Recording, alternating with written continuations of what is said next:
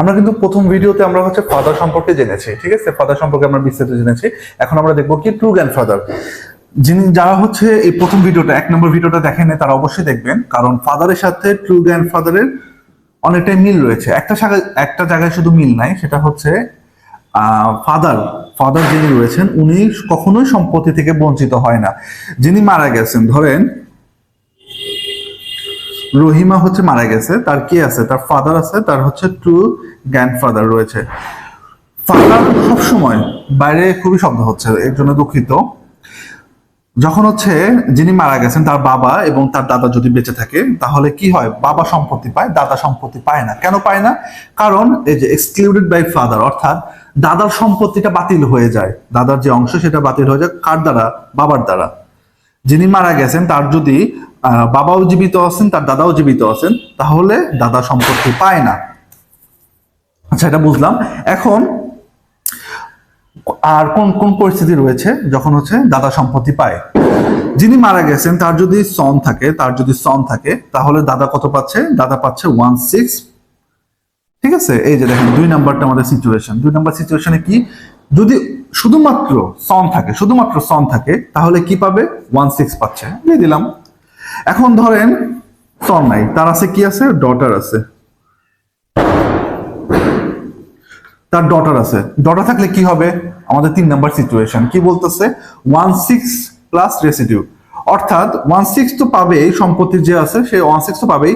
এবং যদি সম্পত্তি অবশিষ্ট কোনো অংশ বেঁচে থাকে, অনেক সময় দেখা যায় কি যে সবাইকে হচ্ছে তার অংশ দিয়ে দেওয়ার পরেও কিছু সম্পত্তি বেঁচে থাকে, ঠিক আছে? ওটাকে আমরা বলতেছি অবশিষ্ট অংশ, অবশিষ্ট রেসিডিউ, ঠিক আছে? তো সে কি পাচ্ছে? সে হচ্ছে 1/6 তো পাচ্ছেই, তার সাথে হচ্ছে যে অবশিষ্ট যে সম্পত্তি যদি বেঁচে থাকে তাহলে সেটাও সে পাচ্ছে। আচ্ছা, এটা কখন পাবে? শুধুমাত্র যদি ডটার থাকে, অর্থাৎ রহিমা মারা গেছে, ধরেন রহিমা মারা গেছে, রহিমার হচ্ছে কে কে আছে? রহিমার ডটার আছে, রহিমার ট্রু গ্র্যান্ডফাদার আছে, রহিমার হাজবেন্ড আছে, ঠিক আছে? রহিমার ব্রাদার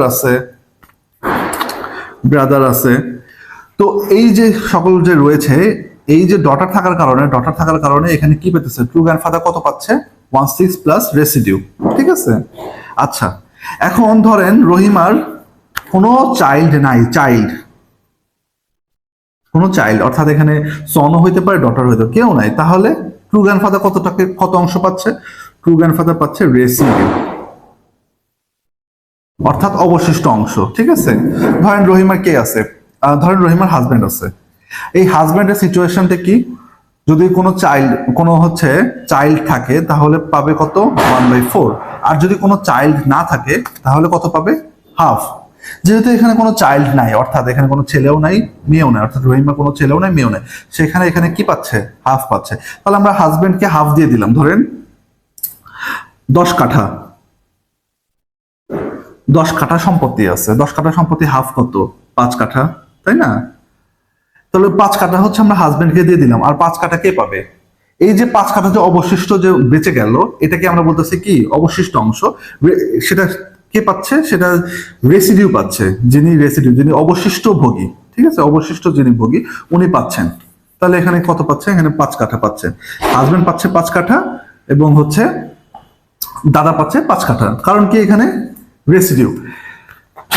আশা করি আপনারা বুঝতে পেরেছেন। আবার একবার বলি, যদি ছেলে থাকে, যিনি মারা গেছেন তার যদি কোনো ছেলে থাকে, সন থাকে, তাহলে পাবে 1/6। যদি সন না থাকে, ডটার থাকে, তাহলে পাবে কত? 1/6 প্লাস রেসিডিউ। এবং কোনো সন্তান, এখন কিন্তু সন্তান বলতেছে, অর্থাৎ কেউ নাই, ছেলেও নাই মেয়েও নাই, তাহলে কত পাবে? তাহলে রেসিডিউ পাচ্ছে, ঠিক আছে?